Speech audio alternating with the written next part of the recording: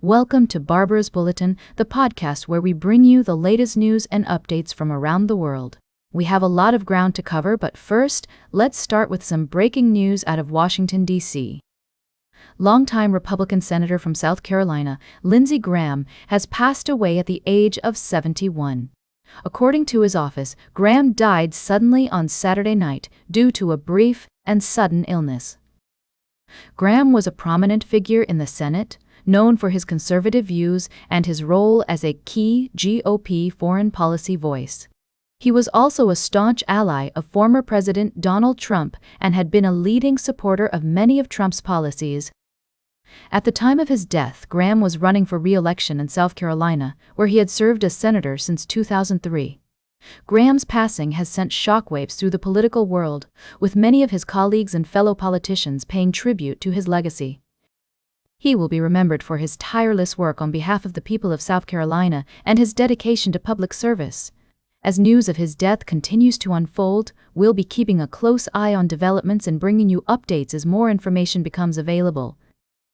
As we take a moment to reflect on Senator Graham's life and legacy, we also want to acknowledge the impact his passing will have on the political landscape.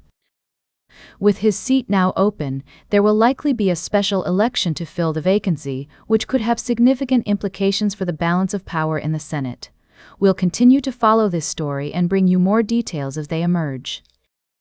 For now, let's take a moment to remember Senator Lindsey Graham and his contributions to public service. We'll be right back with more of today's top news on Barbara's Bulletin. Welcome back to Barbara's Bulletin. We're continuing our coverage of global news, and today we're focusing on a significant development in the UK's stance on terrorism. The British government has announced its decision to designate Iran's Islamic Revolutionary Guard Corps, or IRGC, as a terrorist organization. This move comes after a series of violent plots and attacks linked to the IRGC and its proxies were uncovered on British soil.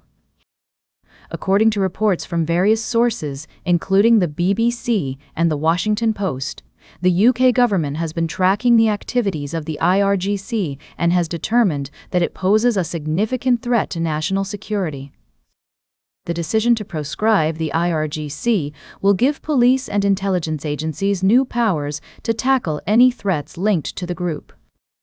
The IRGC is an elite paramilitary organization that has been instrumental in advancing Iranian state objectives, including through the use of proxy actors and intelligence activity. The UK's move to designate it as a terrorist group is seen as a significant escalation in tensions between the two countries. It's worth noting that this decision has been met with mixed reactions, with some experts warning that it could lead to further retaliation from Iran. Others have praised the move, saying it sends a strong message that the UK will not tolerate terrorist activity on its soil. As we continue to follow this story, it's essential to consider the broader implications of this development. How will this affect relations between the UK and Iran? What does this mean for global security efforts? We'll be keeping a close eye on these questions in the days and weeks to come. For now, let's take a look at some of the reactions from around the world. The Iranian government has yet to respond officially, but it is likely that they will view this move as a provocative act. Meanwhile, other countries are watching closely, considering their own relationships with Iran and the IRGC. As we navigate these complex geopolitical issues, it's crucial to remain informed and up to date on the latest developments. That's why we're here, bringing you in-depth analysis and expert insights on the stories that matter most. Welcome back to Barbara's Bulletin. As we wrap up today's show, let's dive into a crucial topic that's been making waves in the global energy market. The oil industry has been facing significant disruptions, particularly with the recent conflicts in the Middle East. Despite these challenges, oil prices have remained relatively stable, with some even questioning whether the market is adequately prepared for potential future shocks. One key factor to consider is the role of emergency stockpile releases.